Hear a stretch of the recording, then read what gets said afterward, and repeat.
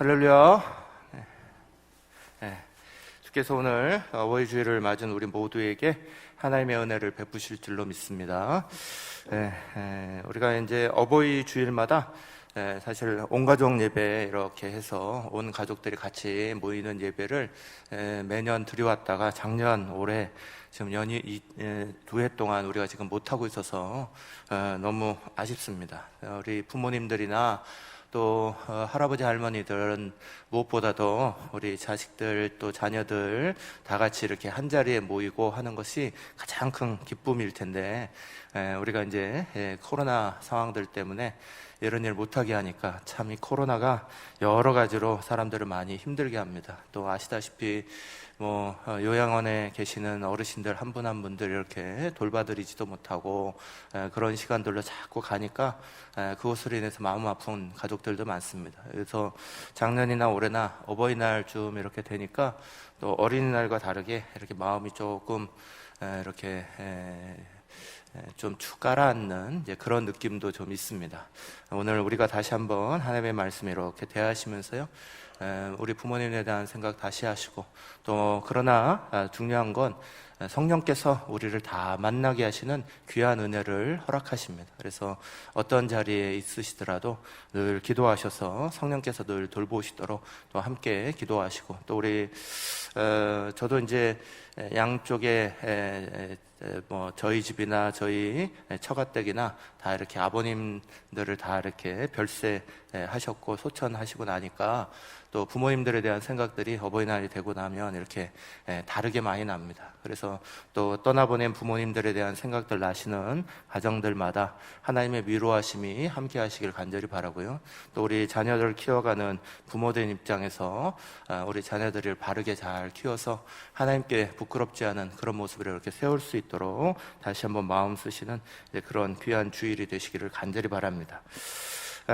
우리가 부모님들에 대해서 늘 사랑하고 존경하고 하는 마음들을 가지면서 이렇게 걸어가는 것이 당연한 것인데, 그런데 그렇게 당연하게 하지 못하는 상황들이 오늘 현대사회에는 점점 더 많아집니다.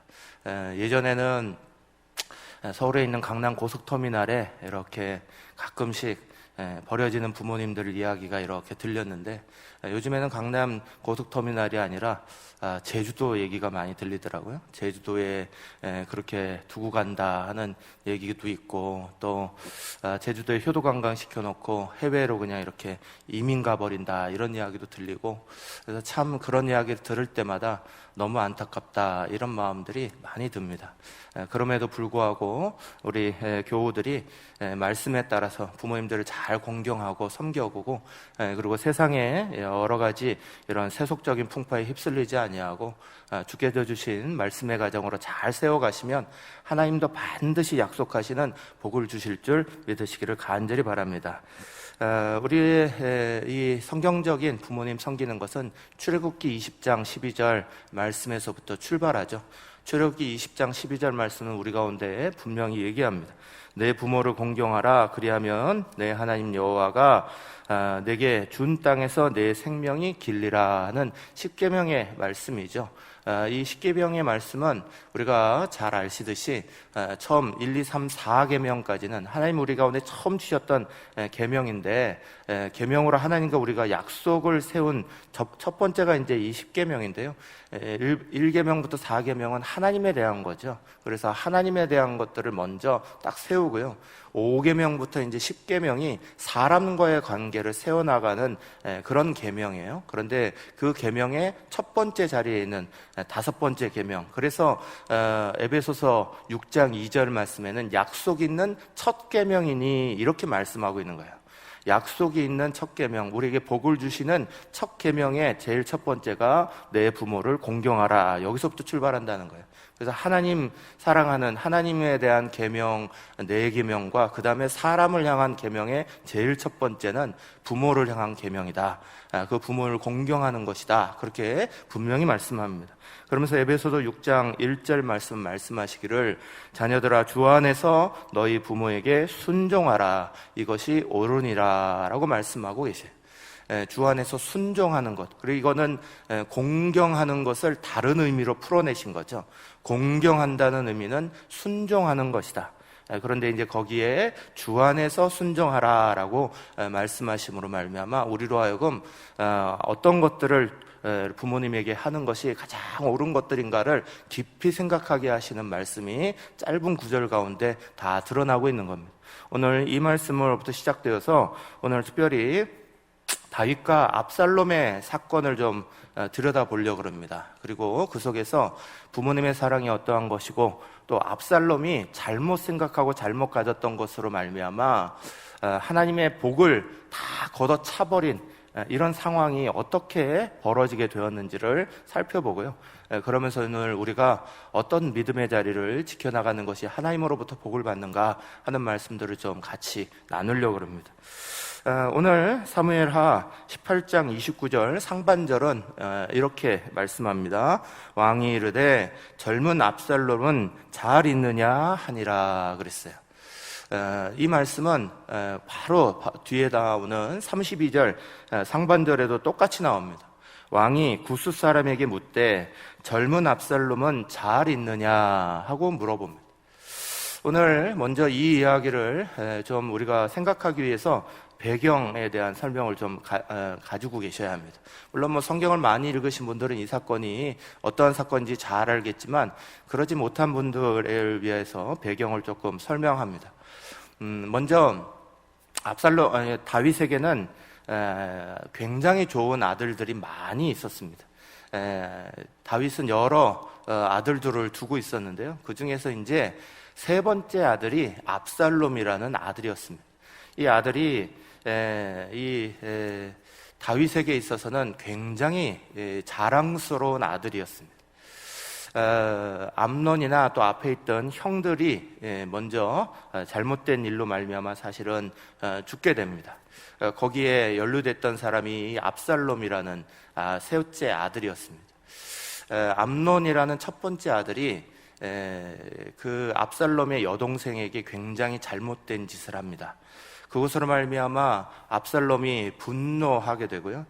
그것으로 말미암아 첫째 아들과 이런 아들들의 서로 간의 싸움이 벌어지게 됩니다. 그 후에 이 압살롬이 도망을 갔다가 다시 돌아와요. 아버지에게 용서를 받고요. 그래서 다시 이제 돌아와서 생활을 하는데 이 압살롬이 처음부터 참 멋진 아들이었습니다. 그래서 사람들에게 인기가 대단히 많았습니다. 돌아와서 청년이 돼가고 점점 자라날 때 보니까 머리가 아주 길고요. 그 머릿결이 너무나 아름다워서 사람들에게는 정말 탄성을 자아댈 만한 그런 아들이었다. 그렇게 되어 있습니다. 다시 말해서 이 압살롬이라는 아들이 차기 대권주자나 마찬가지예요. 굉장히 사람들에게도 인기가 많고 뛰어난 아들이었습니다. 그런데 이 아들이 가만히 있으면 어쩌면 왕이 계승 1순위가 될 수 있었을 텐데도 반역을 하게 됩니다. 아버지에 대한 섭섭한 마음, 자기와 자기 여동생의 사건이 벌어졌을 때 아버지가 했던 것들에 대한 오해, 이런 여러 가지 것들이 작동하게 돼서 결국은 다윗의 말년에 가장 어려운 상황을 만나죠. 아들이 반역을 일으키고 왕에서 쫓아내고, 그래서 다윗이 피난을 가게 되고요. 그 피난 간 곳으로 머물지 아니하고 이 압살롬이라는 이 아들이 반역해서 왕이 된 후에 왕권을 강화한다는 이유로 아버지는 지금 피신해서 도망가고 있는 중에 그 왕이 남겨놓은 후궁들을 옥상에서 욕보이는 그런 폐륜을 저지르고요. 그리고 나서 또 도망간 아버지를 쫓아서 전 군대를 보내서 마지막까지 이렇게 쫓아가고 전쟁을 치르는 이제 그런 속에 있습니다. 그러다가 이제 결국은 도망가던 다윗이 그냥 도망가지 아니하고 장군들을 보내게 되고요. 그 장군들과 전쟁이 벌어져서 단 하루의 싸움이었습니다. 단 하루의 싸움에 이 압살롬이 대패를 하게 되고요. 그리고 압살롬이 그 자리에서 죽게 됩니다. 그 싸움을 치르고 나서 지금 이 전쟁에서 승전보를 전하고 있는 전령들이 지금 2명이 오고 있는 거예요. 그 2명의 전령들이 왔습니다.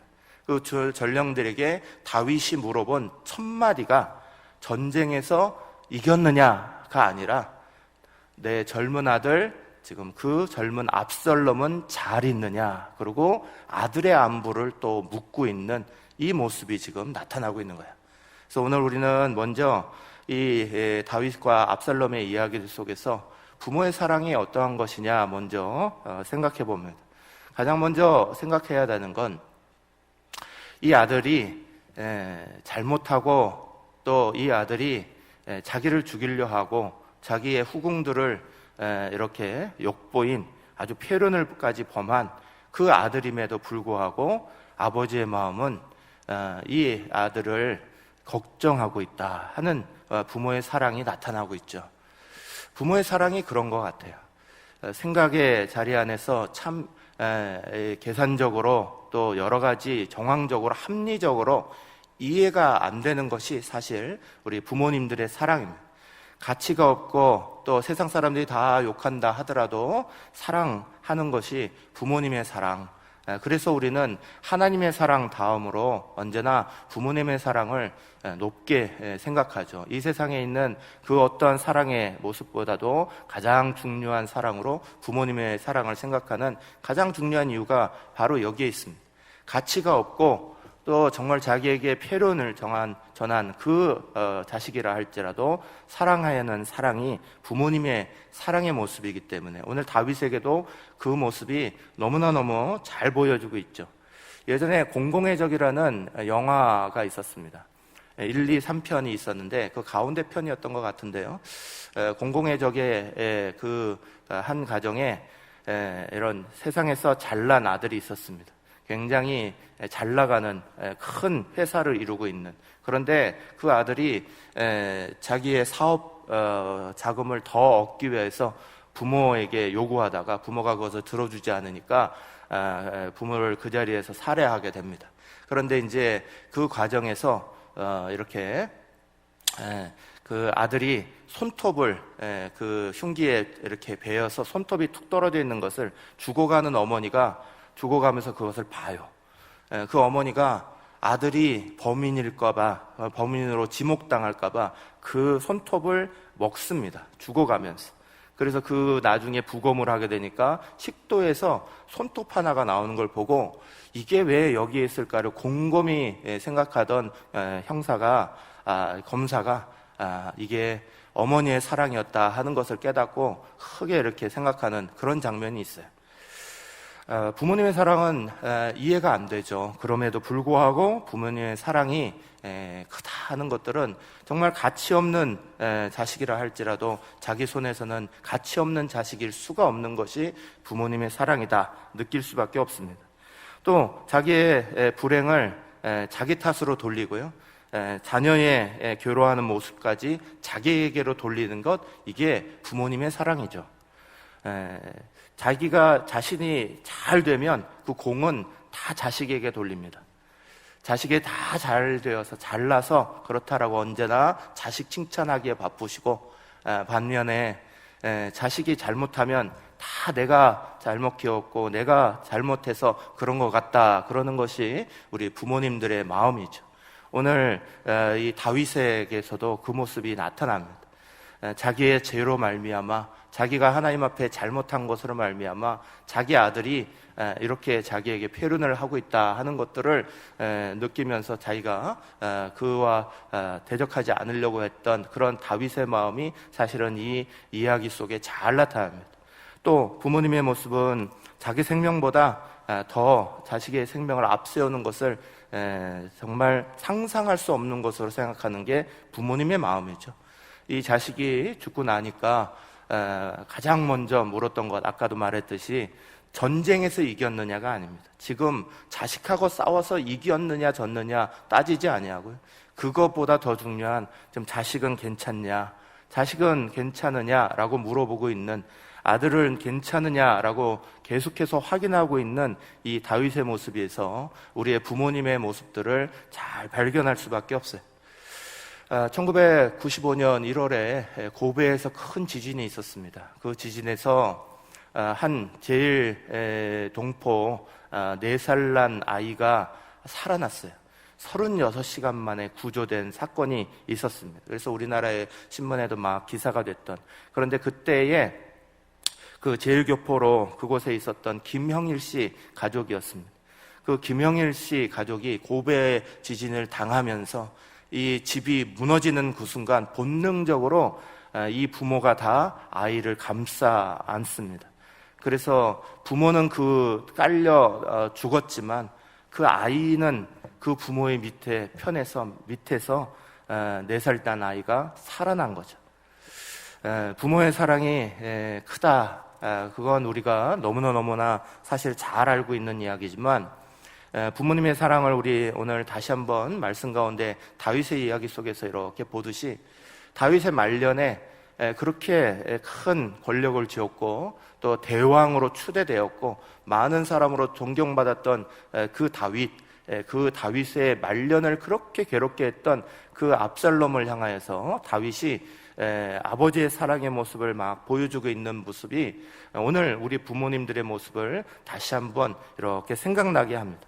그러면서 압살롬은 왜 이런 부모님의 사랑에 대해서 그럼 이렇게 정말 제대로 알지 못했을까? 우리가 한번 생각해 봐야 합니다. 우리는 부모님에 대해서 어떤 이미지를 이렇게 가지고 있는가, 또 어떻게 부모님의 이미지를 세우고 있는가, 그것이 우리에게 있어서 참 대단히 중요한 문제입니다. 본문 사무엘하 18장 33절의 말씀에는 우리 가운데 이렇게 말씀하죠. 왕의 아들이 심히 아파 왕의 마음이 심히 아파 문 위층으로 올라가서 우니라. 그가 올라갈 때에 말하기를 내 아들 압살롬아, 내 아들 압살롬아, 차라리 내가 너를 대신하여 죽었다면 압살롬 내 아들아 하였더라 하고 마지막 말씀으로 기록하고 있습니다. 압살롬이 죽었다는 소식을 듣고 다윗은 대성통곡합니다. 그 통곡이 얼마나 슬프고 길었는지 며칠 지나고 나서도 이제 되니까 나중에 군대 장관들이 와서 우리가 승리한 것에 대해서 왕이 이렇게 슬퍼하시면 모든 군인들이 오히려 다 이것을 대해서 잘못한 것이라 생각합니다. 왕이여 제발 이제 그 슬픔을 멈춰 주십시오라고 말할 때까지 다윗이 며칠이고 울었습니다. 요압 군대는 정말 죽을 힘을 다해서 그 군대 장관과 함께 나아가서 요압의 군대가 이 아들을 물리쳐내고 다시 왕권을 회복해 주었습니다.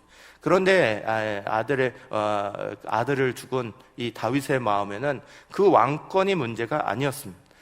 그 아들이 죽은 그것에 대해서 마음에 크게 남아있고 그것을 대성통곡하고 있는 모습으로 지금 나타나고 있죠. 부모님들은 항상 자녀들에게 이렇게 반응하는데, 그러면 자녀들은 부모에게 어떻게 반응하나?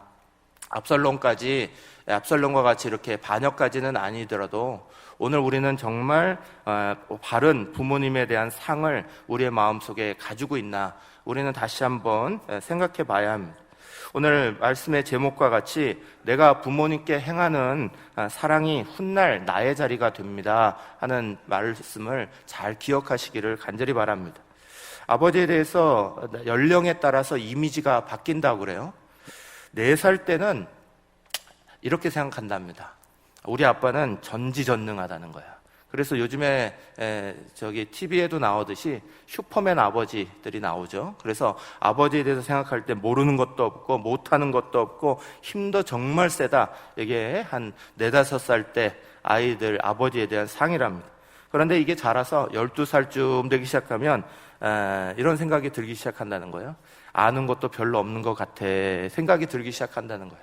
그러면서 14살이 되면 아이고 생각하는 것이 점점 구식이네, 아이고 아빠가 마음에 안 든다, 이런 생각이 들어온다는 거예요. 21살쯤 되면 아버지는 영 골동품이다, 이런 생각이 자리 잡는답니다. 그런데 이제 25살쯤 되면 그때부터 생각이 좀 달라집니다. 우리 아버지가 제법 아는 것도 있는 것 같아, 이런 생각이 들기 시작한다는 거예요.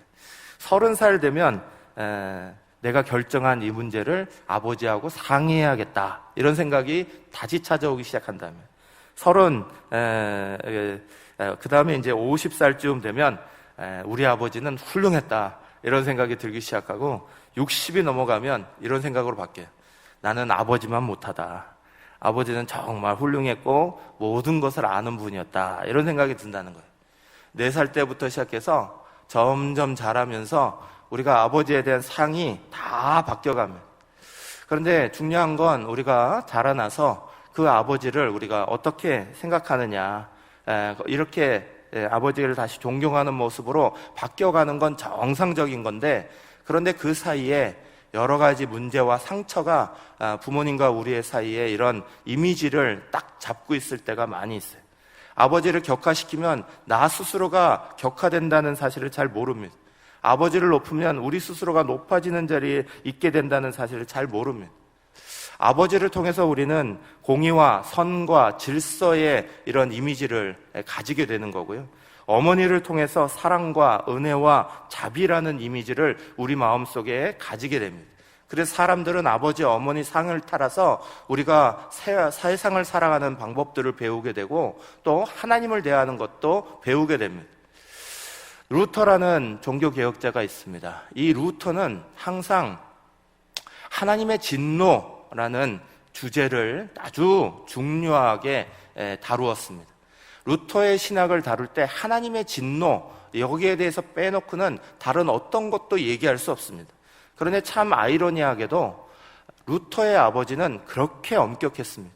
루터를 심하게 때리고 호령하고 폭군적인 아버지 이미지였습니다. 그 이미지 속에서 하나님의 이미지, 하나님 아버지라는 이미지는 루터에게 언제나 진노, 분노하는 대상이었습니다. 그래서 루터에게 있어서 루터의 신학의 가장 중요한 것 중에 하나는 바로 아버지, 하나님의 분노였습니다.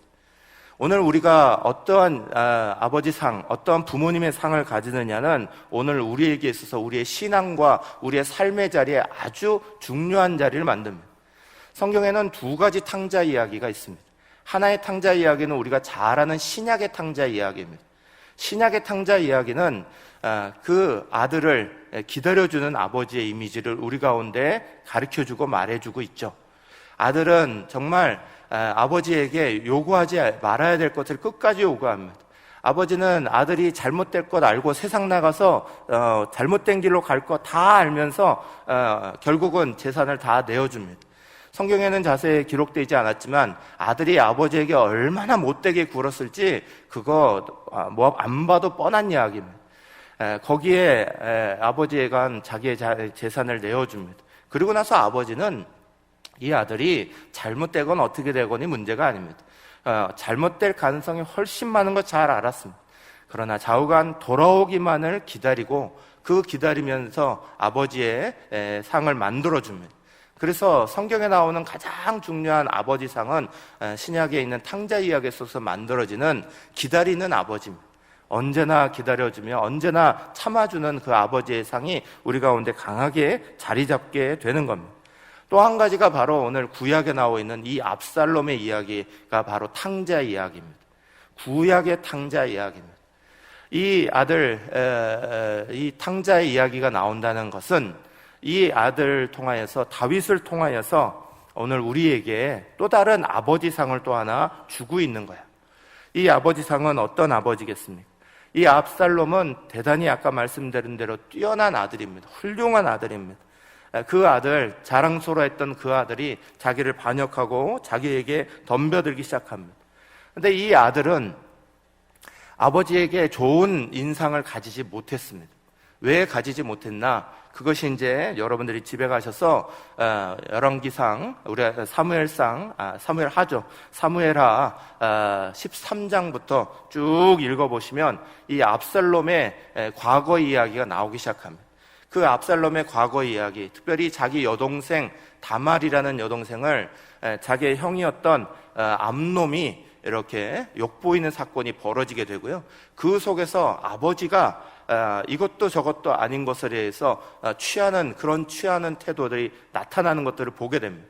거기에서부터 사실은 아버지에서 잘못된 상이 만들어지기 시작했습니다. 그리고 이 압살롬이 왕을 이렇게 공격했을 때 다윗은 도망가기 시작합니다. 대항하지 않습니다. 왜 이런 모습을 보일까? 나중에 제가 아까도 말씀드렸지만 결국은 그 쫓아 도망갔던 그 많은 군대 장관들, 다윗의 편에 섰던 그 많은 장군들이 다시 막 다윗을 설득합니다. 싸우셔야 합니다. 무조건 이렇게 도망갈 수는 없습니다. 싸워야 합니다. 그래서 싸움을 시작하죠. 그 싸움에 허락해주고 그 싸움을 시작하는 그때에 딱 하루 싸웠다고 제가 말씀드렸습니다. 하루 만에 압살롬이라는 군대를 격파시켜버립니다. 그들이 4년을 준비한 군대입니다. 그럼에도 불구하고 다윗의 군대는 당시에 모든 나라들을, 그 주변 나라들을 다 휩쓸었던 그런 강한 군대입니다. 다윗의 장군들은 절대로 물러나지 않는 장군들이었습니다. 다윗을 위해서 목숨을 다 거는 장군들이었으니까 다윗에게는 아주 용맹스러운 장군들, 전쟁의 경험이 많은 장군들이 가득 있었습니다. 그런데 왜 다윗은 도망갔을까? 왜 다윗은 물러났을까? 왜 싸우려 하지 않았을까? 여러분 잘 생각해 보십시오. 만약에 싸워서 아들을 죽인들 뭐 하겠습니까? 아들 죽이면 결국 그 상처 아들 죽인 아버지에게 다 남는 겁니다. 반대로 아들로 하여금 아버지를 죽이게 했다면 뭐가 남겠습니까? 아들이 평생 아버지 죽인 죄인이라는 오명 속에서 살아가는 것밖에 남는 게 없는 겁니다. 그러니 다윗은 다른 이런 거 저런 거 생각하지 아니하고요, 도망가는 것에 집중합니다. 그리고 그 모든 것이 자기가 밧세바를 범한 것으로 말미암아 나단이 선포했던 것처럼 너희 집에서 칼이 떠나지 않을 거다라고 말한 그 말씀 안에서 기인한다는 걸 본인은 너무너무 잘 알고 있습니다.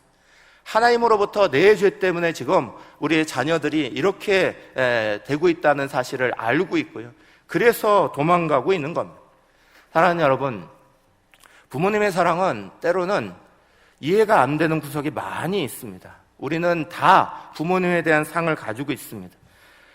그 부모님에 대한 상은 이런저런 것 속에서 압살롬처럼 오해가 될 때가 많습니다.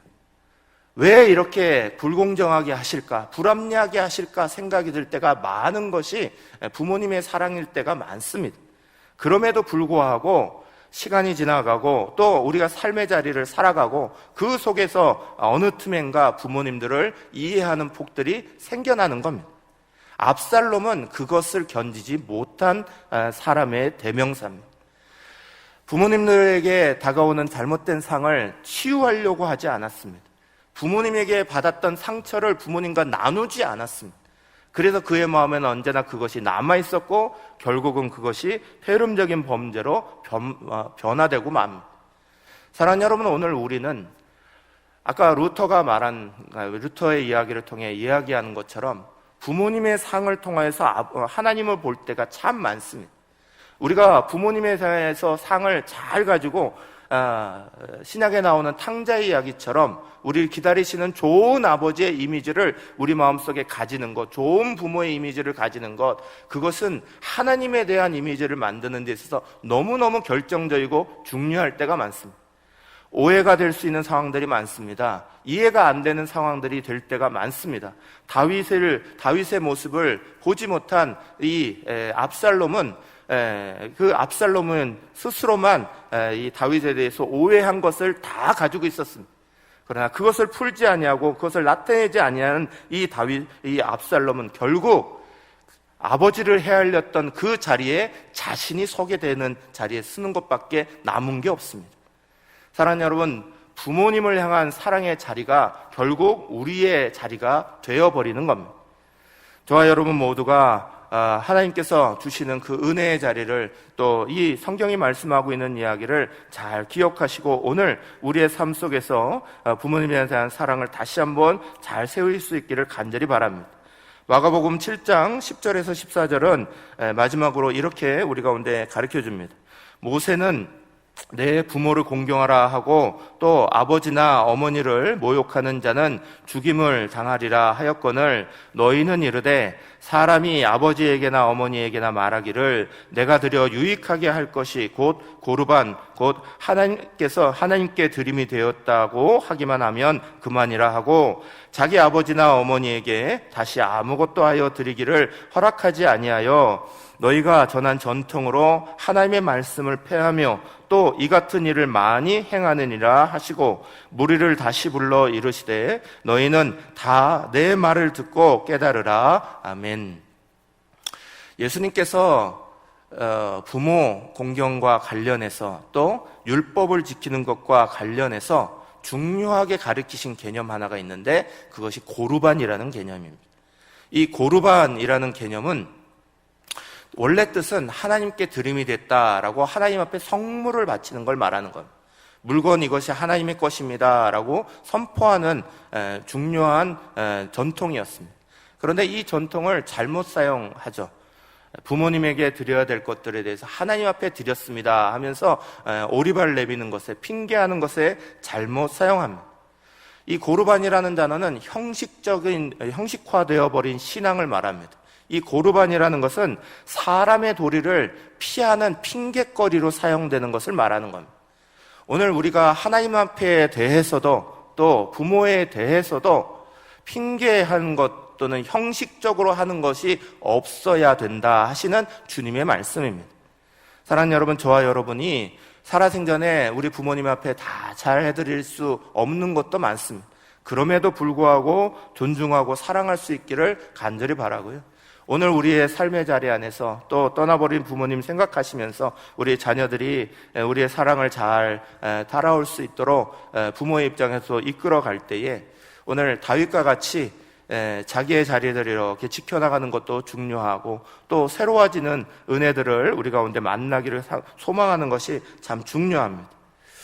예전에 제가 한 아기의 돌 예배에 갔다가 그 돌 예배의 특이한 것을 보고 참 감동을 받았던 적이 있습니다. 보통의 돌 예배에 가면 아이들 중심돼 가지고 아이들 축하해주고 아이들 막 해주기 바쁩니다. 그런데 이 가족은 그때 아이들 축하보다 부모님에게 편지를 썼어요. 그래서 편지를 읽더라고요. 편지의 내용이 이런 거예요. 사랑하는 어머니, 아버지, 어느덧 1년이 지나 하은이가 첫 생일을 맞이합니다. 저희도 자식을 낳고 기르면서 이제야 새삼 부모님의 사랑과 노고를 깨닫습니다. 하은이가 웃을 땐 온 세상을 가진 듯한 풍요로운 행복을 느꼈고 하은이가 아파서 울 땐 덩달아 울면서 뼛속까지 아픔을 느끼기도 했었습니다. 잠든 하은이를 옆에 두고 힘들어서 울기도 했습니다. 그렇게 1년 동안 웃기도 울기도 많이 했던 것 같습니다. 저희는 지난 1년도 그렇게 지냈는데 어머니 아버지께서는 지금까지 오랜 세월 동안 얼마나 힘들고 아프셨을 때가 얼마나 많았을까요? 사랑합니다 라는 말도 쑥스러워 자주 해드리지 못한 저희들을 사랑으로 기도로 키워주셔서 감사합니다. 저희도 부모님께서 그렇게 하셨던 것처럼 하은이를 기도로 사랑으로 하나님의 어여쁜 자로 키우겠습니다. 늘 곁에서 응원해 주시고 기도해 주세요. 존경합니다. 사랑합니다. 라고 하는 내용이었어요. 돌을 맞으면서 힘들고 어려웠던 그 젊은 부부가 오히려 돌을 맞으면서 말 그대로 아이 돌을 맞으면서 아이 낳고 철들어 부모님 마음 안다는 말 그대로 자기의 마음 가운데 남고 그 부모님의 마음을 이렇게 감사하며 쓴 이 편지 하나가 참 깊은 감동이 됐습니다. 오늘 우리가 살아가는 시간마다 부모님의 자리는 우리의 자리 안에서 떠날 수가 없습니다. 부모님을 향하여서 오해되고 섭섭했던 마음 압살롬처럼 그냥 두지 마시고 서로 간에 사랑할 수 있을 때 사랑하시고 풀어갈 수 있을 때 풀어가시고 은혜 나누실 수 있을 때 은혜 나누면서 사랑과 존경으로 우리의 부모님들 함께 대하시고 만나는 저와 여러분 되시기를 간절히 축복합니다.